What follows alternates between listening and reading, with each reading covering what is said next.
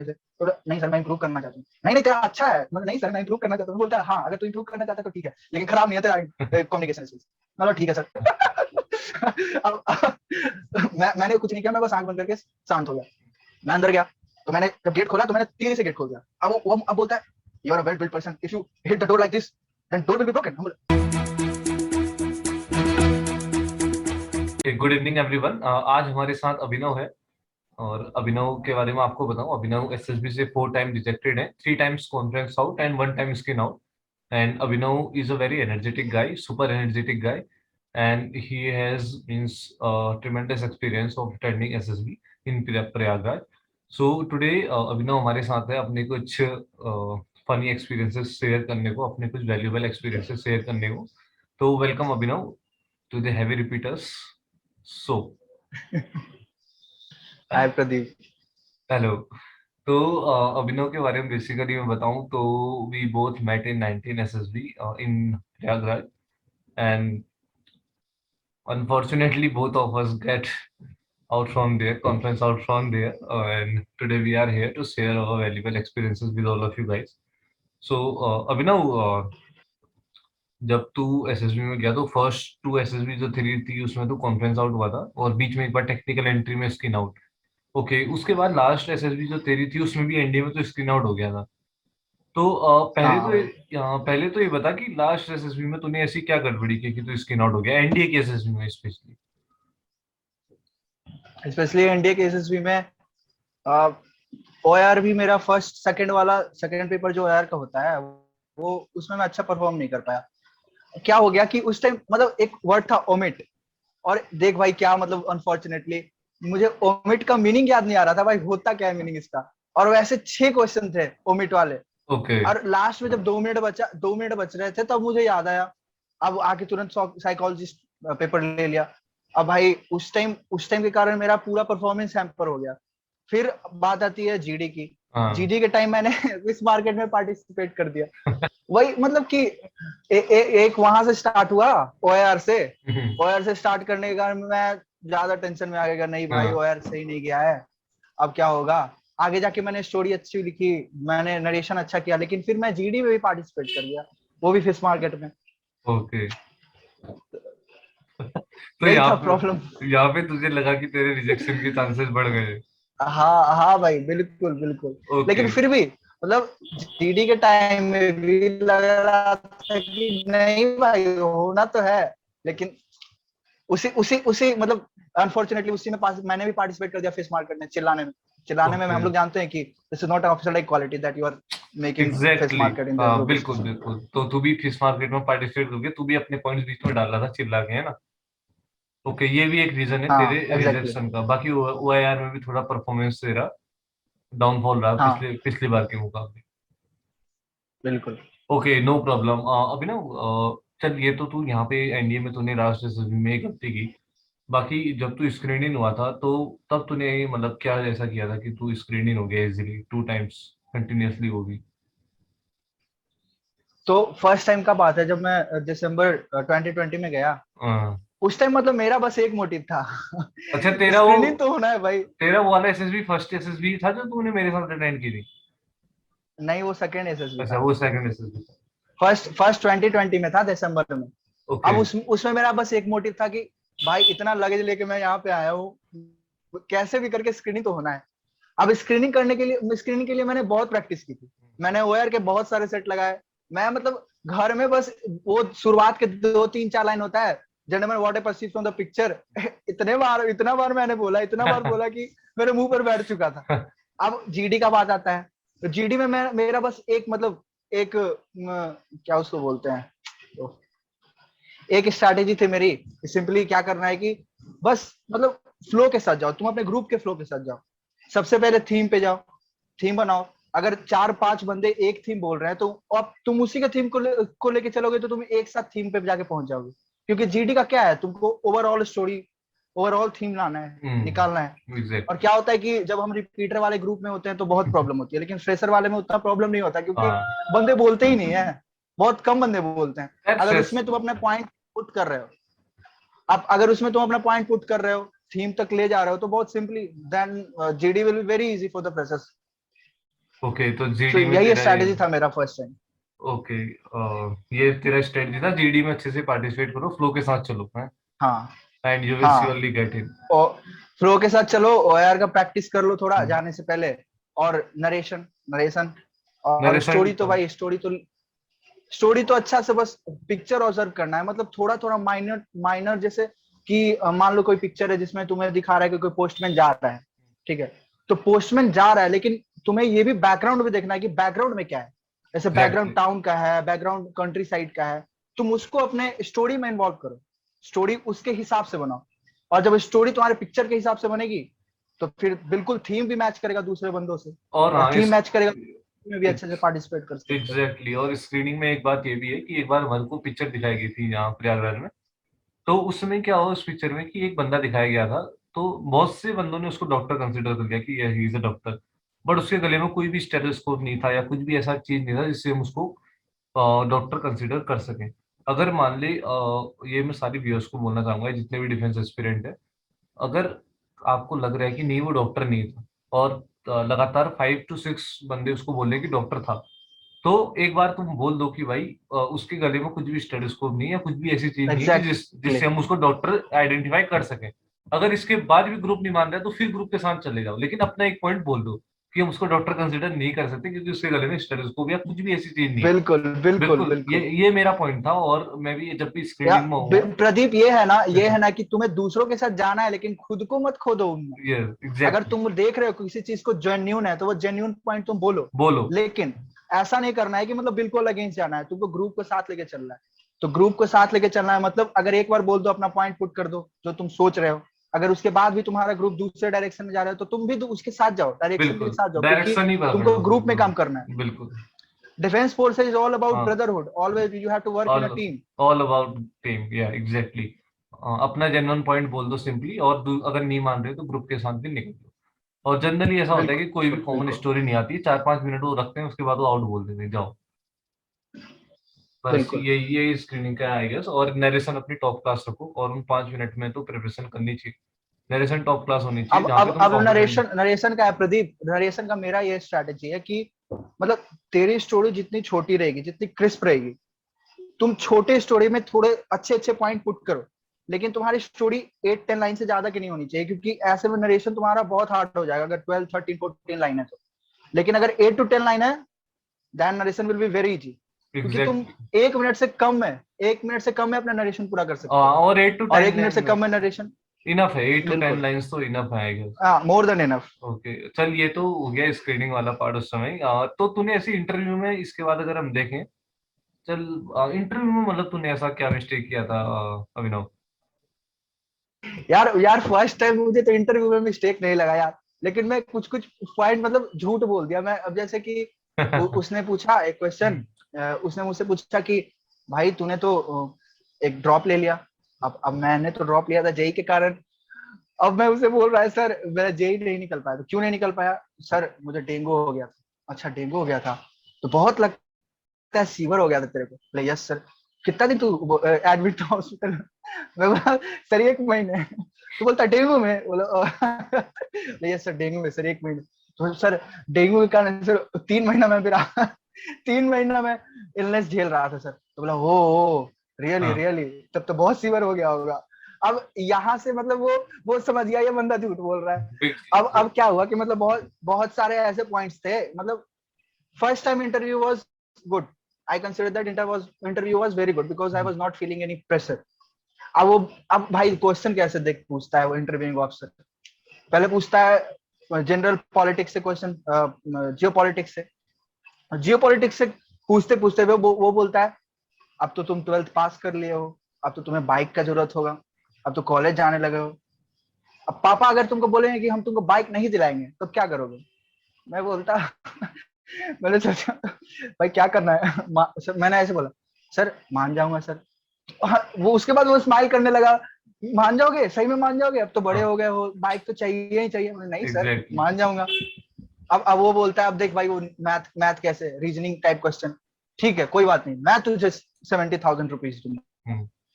अब वो लगा दिया 9% पर एनम 5 ईयर के लिए। अब तू बता, अब बता, अब तू कैलकुलेट कर भाई, वो कहाँ तू जियो पॉलिटिक्स सोच रहा था अभी, कहाँ तुझे वो रीजनिंग के पास ले आया? सिंपल बता। इंटरेस्ट पूछ लिया तेरे से। अब हाँ, सिंपल इंटरेस्ट पूछ लिया। अब मैंने आंसर बता दिया उसे सही, ठीक है। अब वो बोल रहा है no no you are wrong.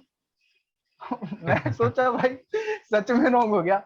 फिर मैं बोला sir can I take 1 minute? तो बोलता है ओके ओके फाइन। और मैं सोच रहा हूँ जैसे, बोलता है सर मैं बोलता हूँ सर लगता है 1-0 मैंने कम बोल दिया है।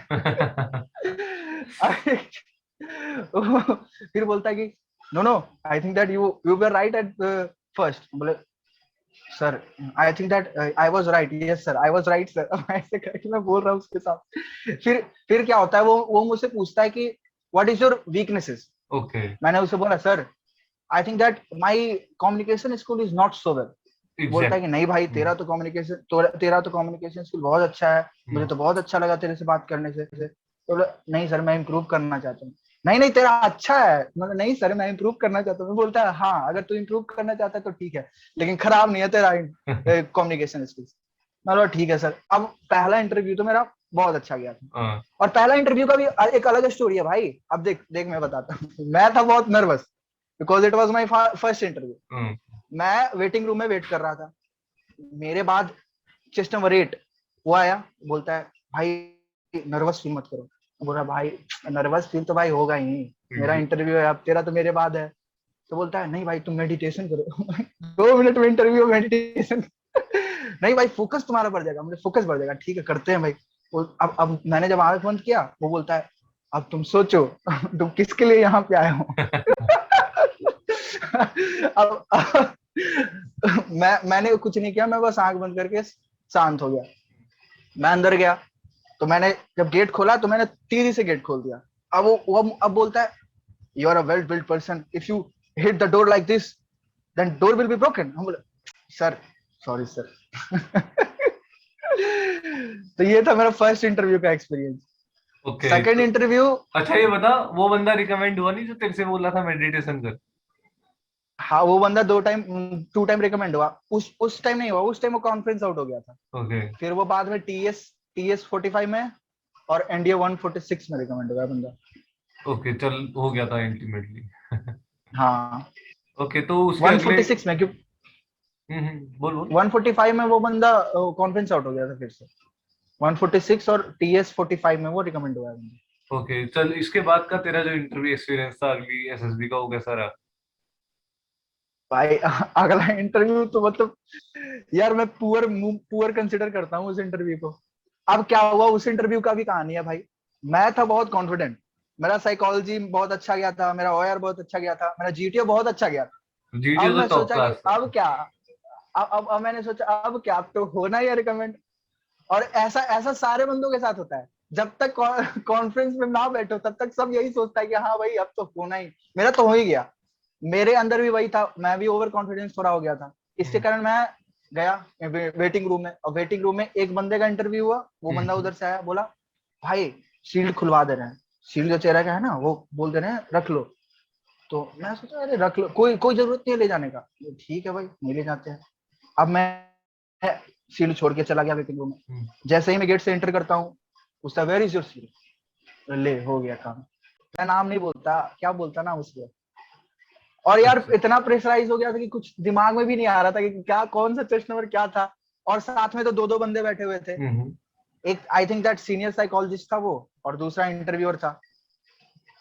वो हमारा वो ले रहा था, क्या उसका नाम था, तो वो तेरा डिप्टी प्रेसिडेंट और प्रेसिडेंट लिया था। हाँ, और डिप्टी मेरा नहीं, वो डिप्टी नहीं, डिप्टी नहीं। एडिशनल एडिशनल आयो एडिशनल आयो अच्छा, वो एडिशनल आयो। ट्रेनिंग आया, हमारा एडिशनल ट्रेनिंग आया था। ट्रेनिंग कर रहा था वो। हाँ हाँ वो या हाँ कॉन्फ्रेंस के टाइम उसी ने हमारा क्लोजिंग सेरेमनी स्पीच दिया था वो। पैरा पैरा का पैरा था। वाला, पैरा ऐसे था।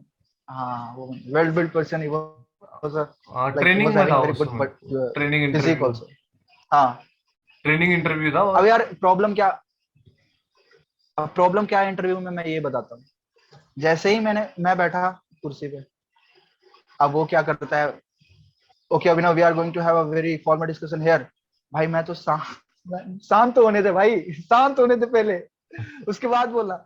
और जैसे ही मतलब मैं बैठा, वो जल्दी जल्दी बोल के रैपिड फायर तुरंत 15 क्वेश्चन।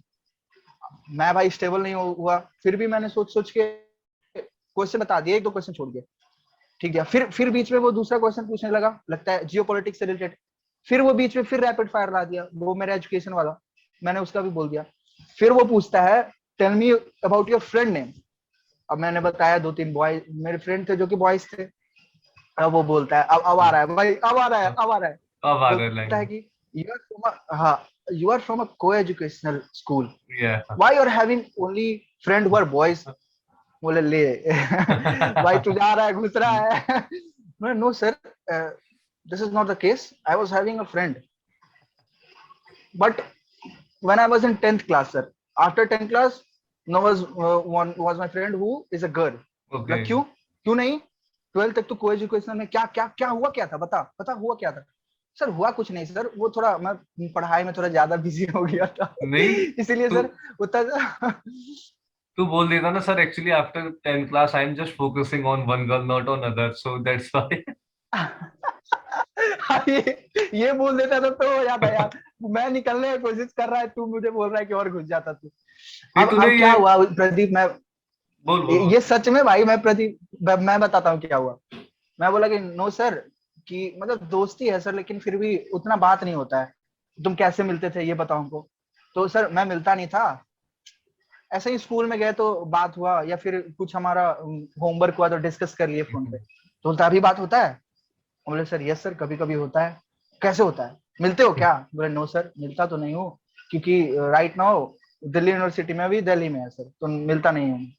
तो बोलता है बात कैसे होता है। बोले सर बात तो सर कभी कभी होती है, व्हाट्सएप पे होती है। तो बोलता है अच्छा व्हाट्सएप पे होती है। उसके बाद फिर वो मेरे फ्रेंड पे आ गया, मेरा बेस्ट फ्रेंड पे आ गया। अब तू उसके बारे में बता, उसके साथ कैसे मिलता है, वो भी नेबर में है तेरे, वो भी उस लड़की को जानता होगा वो भी उसका फ्रेंड है हम्म। अब देख देख उसका स्ट्रैटेजी क्या था। हाँ मतलब वो दिखाना चाहता है, वो that girl is not your friend, she is more than friend. तब एग्जैक्ट। तुम्हारा दोस्त उसको नहीं जानता होगा, तब तेरा दोस्त उसको नहीं जानता होगा। अब मैं बोला नो सर, उसकी भी फ्रेंड है। तो बोलता वो कैसे बात करता है। बोले सर वो भी वैसे ही बात करता है जैसे मैं बात करता हूँ। अब क्या हो गया भाई कि अब उसने ऐसे ऐसे पहले इन्वॉल्व कर लिया पूरी तरह से, प्रेशराइज पूरा करके। और बीच में क्वेश्चन पूछ दिया कि बता इस रूम में ऑर्गेनाइज करना है तेरे को स्पीच कंपटीशन। यार यही प्रेशराइज, जितना वो प्रेशराइज करते जा रहा था, मैंने भी थोड़ा टेंशन ले लिया सेकंड इंटरव्यू के टाइम। अबे तो इसके कारण सिंपली मेरा पूरा परफॉर्मेंस टेम्पर हो गया। ओके, यहाँ पे यार एक चीज व्यूअर्स को तो मैं ये बोलना चाहूंगा, जो मेरे को पर्सनली भी करनी चाहिए या सभी डिफेंस एस्पिरेंट को करनी चाहिए, कि फ्री टेंशन रहो उसमें यार है ना। सबसे पहली बात तो अगर स्पीच कंपटीशन को बोल दिया ऑर्गेनाइज कराने को, it means you want to check और ऑर्गेनाइज एबिलिटी और समथिंग लाइक दिस, है ना। या और हम ना ज्यादा नर्वसनेस हो जाते हैं तो माइंड में पॉइंट नहीं आते। अगर जैसे मैं अभी तेरे से पूछूं भाई स्पीच कंपटीशन को कैसे ऑर्गेनाइज कराया जाएगा, तो मेरे को एक के बाद एक पॉइंट बता देगा सारे, भाई ऐसे करेंगे, ये करेंगे, ये करेंगे, ये चीज होंगी। लेकिन उस पॉइंट पे हमारे पास ज्यादा टेंशन प्रेशर जो भी बोले तो उसको उसको लेके पॉइंट्स नहीं आते माइंड में, पॉइंट्स एकदम खत्म हो जाते हैं। तो मुझे ये लगता है कि फ्री टेंशन फ्री माइंड रखे वहां पे हमें एसएसबी इंटरव्यू देनी चाहिए, है ना, ताकि हमारे दिमाग में हाँ ज्यादा प्रदीप, पॉइंट आए। ऐसा तो है, क्योंकि क्योंकि दिक्कत होता है कि इंटरव्यू में जो तुझे आता है वो भी तेरे मुंह से नहीं निकल पाता, एग्जैक्टली। अगर पूरा शो नहीं प्रेशर कर के पाते, कारण। पूरा शो नहीं कर पाते हैं। हाँ यही तो प्रॉब्लम है, पूरा शो नहीं कर पाते आप अपने एबिलिटी को। और वो वही चेक करता है कि तू शो कर पा रहा है कि नहीं कर रहा है, तू अरे हाँ, प्रेशर हैंडल करता है कि नहीं करता है। एग्जैक्टली यार, मेरा फर्स्ट एसएसबी जो था ना उसमें मेरे से उसने एक मैथ्स का क्वेश्चन पूछ लिया, बोला कितना रनिंग करते हो, मैं बोला सर 5 किलोमीटर। बोला कितनी देर में कर लेते हो, मैं बोला सर 25 मिनट्स में। बोला अब इसको चेंज कर किलोमीटर पर आवर में मैंने किया तो शायद कुछ गलत आ गया था मेरा, है ना। उस समय गलत आ गया तो बोला दिस इज रॉन्ग। मैं बोला sir I think I want to check it again, will you give me some time. बोला yes yes you can take it. फिर मैं दोबारा सोचा, मैंने कहा yes sir this is the right answer, फिर मैंने उसको राइट आंसर बताया, चलिए ठीक हो गया हाँ। बोला okay nice calculation, actually you don't take pressure, ऐसा भी बोला कि डोंट टेक प्रेशर। तो उसके बाद चलते रहा इंटरव्यू, चलते रहा, लास्ट में फिर इंटरव्यू में एक बात ऐसी हो गई यार, जहाँ पे उसने पेन उठा के रेड पेन से मार्क कर दिया, नहीं तो एसएसबी मेरा बहुत टॉप क्लास गया था, फर्स्ट एसएसबी जो था। बट कुछ बात हो गई इंटरव्यू में लास्ट में मेरी, या मैंने वो चीज नहीं बोलनी थी उसको जो मैंने उसको बता दी, अपनी मतलब एक्सपोज नहीं करना था। वो चीज मैंने उसको बता दी, तो वहां से उसने रेड पेन उठाई और उसने मार्क कर दिया। फिर ये था कि अगर साइकोलॉजिस्ट और ऐसी चीज बता दी मैंने मतलब उसको कि साइकोलॉजिस्ट और जीटीओ भी अगर मुझे रिकमेंड कर रहे होते तो वो पक्का मेरे को आउट ही करता अपनी वीटो पावर में यूज करके। ये वाला सीन हो गया फर्स्ट में। तो उसके बाद भी रिजेक्शन आते रहे। ये ये कैलकुलेशन वाला फर्स्ट टाइम मेरे साथ भी हुआ था, सेम। बोलता है एग्जैक्टली कि पूछते हैं सबसे। मैंने, हाँ ऐसे ऐसे बोला, अरे मैंने तेरा पीआईक्यू में पढ़ा है, फिजिकल वर्क करने का, तुझे फिजिकल एक्टिविटीज तू करता है, तुझे अच्छा लगता है करना, तेरा हॉबी है? Yes sir. बताओ पुशअप कितना मारता है? मैं सर मोर देन 30। पुलअप कितना मारता है? यस सर, एक बार में 15 मार दूंगा, फिर 12, फिर 10, ऐसे करके 3 सेट में। रनिंग नहीं करता? सर रनिंग कभी कभी करता हूँ। बता कितना करता है? हाँ सर 2.5 किलोमीटर में कर लेता हूँ। बता कितने देर में करता है? अब उसके बाद बोलता है okay okay, tell me in metre पर सेकंड। इस तरह से करके ही पूछते हैं भाई, कि घुमा के दो, पहले पहले मतलब खाली वो लेके जाओ इसको। मतलब रीजनिंग एबिलिटी चेक करने वाला सीन हो गया ना। हाँ बिल्कुल बिल्कुल बिल्कुल बिल्कुल यही सेम। इंटरव्यू में मेरे हिसाब से तो फ्री माइंड हमें रहना चाहिए, और जहाँ तक है because it will help us allot, है ना। फ्री माइंड तो बहुत ज्यादा हेल्प करेगा, प्रेशर लेके कुछ भी नहीं होना, बाहर ही होना है। तो इससे अच्छा फ्री माइंड रह के बाहर हो लो यार। यार ऐसी ये चीज तो मैंने भी सीखी है कि मतलब माइंड पे बेकार का प्रेशर नहीं लेना। यार वो दो दो चीज कर सकता है, या तो वो रिकमेंड करेगा या तो रिकमेंड नहीं आउट करेगा, करेगा। प्रेशर उसके लोगे तो अलावा वो आउट ही कुछ नहीं होना करेगा। है, प्रेशर लोगे तो आउट ही होना है भाई। हमने प्रॉब्लम लिया, हम आउट हो प्रॉब्लम गए। क्या है प्रदीप?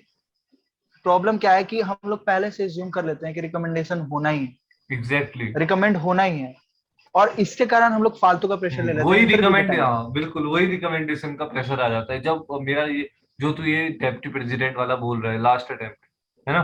तेरा तो उसके बाद हाँ बचा था, लेकिन मेरा वो लास्ट अटेम्प्ट था डेप्टी प्रेसिडेंट का। तो तेरा डेप्टी प्रेसिडेंट ने फर्स्ट अटेम्प्ट में लिया होगा शायद से। हाँ, फर्स्ट फर्स्ट अटेम्प्ट। तो भाई इतना नॉलेजेबल बंदा होता, इतना नॉलेजेबल बंदा था उसका, मतलब 1 घंटा तो एसएसबी उसने लिया। मतलब इंटरव्यू 1 घंटा उसने लिया मेरा, और बाकी सबका भी 1-1 घंटा लिया उसने।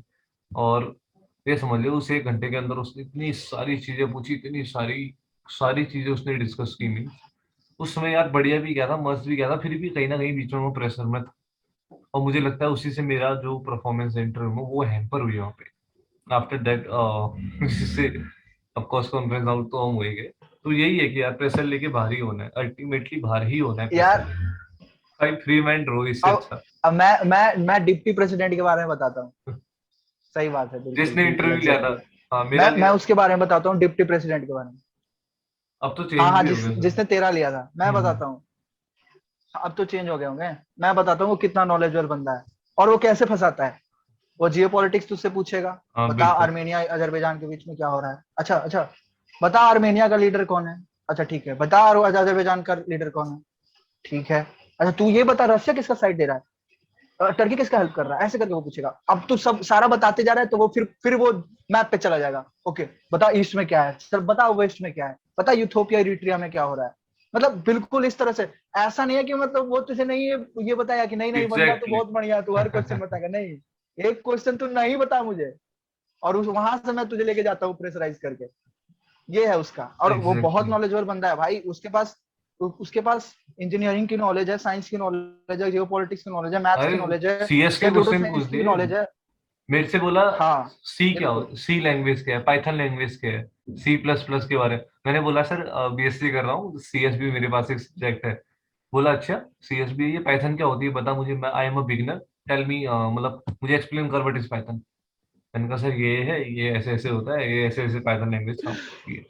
ओके बोला, okay I did not understand all this. फिर बोला कि what are the basics of Python. फिर मैंने कहा कि ये है सर, ये चीज चाहिए। फिर बोला ओके, बोला तूने जावा पढ़ी है? मैंने कहा सर जावा मेरे को थोड़ी बहुत आती, ज्यादा नहीं आती। फिर ऐसी ऐसी बात हुई उससे, तो धीरे धीरे वो सीएस से चेंज करके ओके उसने। लेकिन ये है कि रैपिड फायर शायद नहीं पूछे थे उसने, हाँ एक या दो। रैपिड फायर ज्यादा नहीं पूछता वो। मेरे से भी, मेरे हाँ बस एक, मेरे से एक बस एक, वो भी एक स्टार्टिंग रैपिड में। फायर, एक स्टार्टिंग में रैपिड हाँ फायर एक। ज्यादा। हाँ यही है। इंटरव्यू तो खैर सबके ही लिए उन्होंने, मतलब अच्छे से बंदे को देखते थे यार, मस्त बंदे थे मतलब है।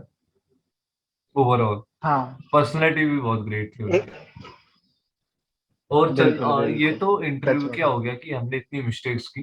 बाकी according to me knowledge is must in interview. अगर नॉलेज नहीं है करंट अफेयर्स की जैसे, और फ्री माइंड नहीं रहोगे, प्रेशर लोगे, तो इससे रिजेक्शन ही होना है यार सिंपली। हम इसी चीज से रिजेक्ट हुए।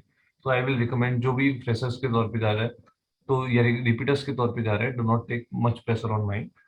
उसके बाद अब ये बता रही ना साइकोलॉजी में क्या मिस्टेक की भाई? साइको तेरे को लगा कि यार यहाँ गड़बड़ होता है, वो बताते तो नहीं है, फिर भी तेरे को लगा होगा कि यार इस पार्ट पे साइकोलॉजी में मेरा गड़बड़ हो। फर्स्ट टाइम मैं बताता हूँ क्या हुआ। फर्स्ट टाइम क्या हुआ कि मतलब नंबर ऑफ WAT मैंने कम अटेम्प्ट किए थे, बहुत कम किए थे, लगते कि 49 या 47 बस। ये तो बहुत है। और फिर भी मतलब मेन प्रॉब्लम है यार कि हाँ। प्री कंसीव्ड आइडियाज लेके हम लोग चले जाते हैं। फर्स्ट टाइम जिसका होता है पूरी तरह से प्री कंसीव्ड आइडियाज में, उसका भी रीजन है। मतलब तुम जहां से प्रैक्टिस करते हो, तुमको एक ही कंटेंट बार बार मिलेगा, एक ही पिक्चर बार बार मिलेगा, और तुम क्या करते हो कि मतलब यहीं से तैयार करके लेके जाते हो कि ऐसा पिक्चर आना है, मैंने ऐसे थोप देना है स्टोरी, और साइकोलॉजी निकल जाना। यही तो प्रॉब्लम है भाई। तुम ये हम लोग क्या उसको बोलते, कोहेरेंट नहीं हमारा परफॉर्मेंस होता है। जैसे एक में कुछ और है, दूसरा में कुछ और है, तीसरा में कुछ और है। WAT में तेरा रिस्पॉन्स अलग है, तेरा सेल्फ डिस्क्रिप्शन कुछ और कह रहा है, तेरा स्टोरी कुछ और कह रहा है, तेरे PIQ कुछ और कह रहे हैं। तो यही प्रॉब्लम हो जाता है ना, कोहेरेंट नहीं हमारा परफॉर्मेंस होता है। एग्जैक्टली। और मुझे यही लगा था फर्स्ट टाइम में, मेरा यही था। मतलब फर्स्ट टाइम में like I was a fresher, so I was not also not aware about like how procedure is, what we have। Psychology का बात करते हैं सबसे बड़ा प्रॉब्लम है प्री कंसीव्ड आइडियाज। एग्जैक्टली। और प्री कंसीव्ड आइडियाज का भी रीजन है। क्या रीजन है कि तुम जहां से प्रैक्टिस करते हो, तुम बार बार उसी चीज को देखते हो, बार बार उसी स्टोरीज को देखते हो, और तुम्हारे माइंड में वही चीज बैठ जाती है। अब तुम्हारे माइंड में वो चीज बैठ गया, तुम जब वहां भी जाओगे तो वही चीज करोगे। वही चीज निकलना यही है। तो प्रॉब्लम है। ये भी हाँ प्रैक्टिस भी करो तो एक लिमिट तक ही, मतलब प्रैक्टिस होनी चाहिए ना, ज्यादा हाँ, प्रैक्टिस हुई तो बिल्कुल बिल्कुल। उस। चलो ये तो हो गया साइकोलॉजी, बाकी साइकोलॉजी प्रैक्टिस तो इम्पोर्टेंट है, ये तो जरूर है।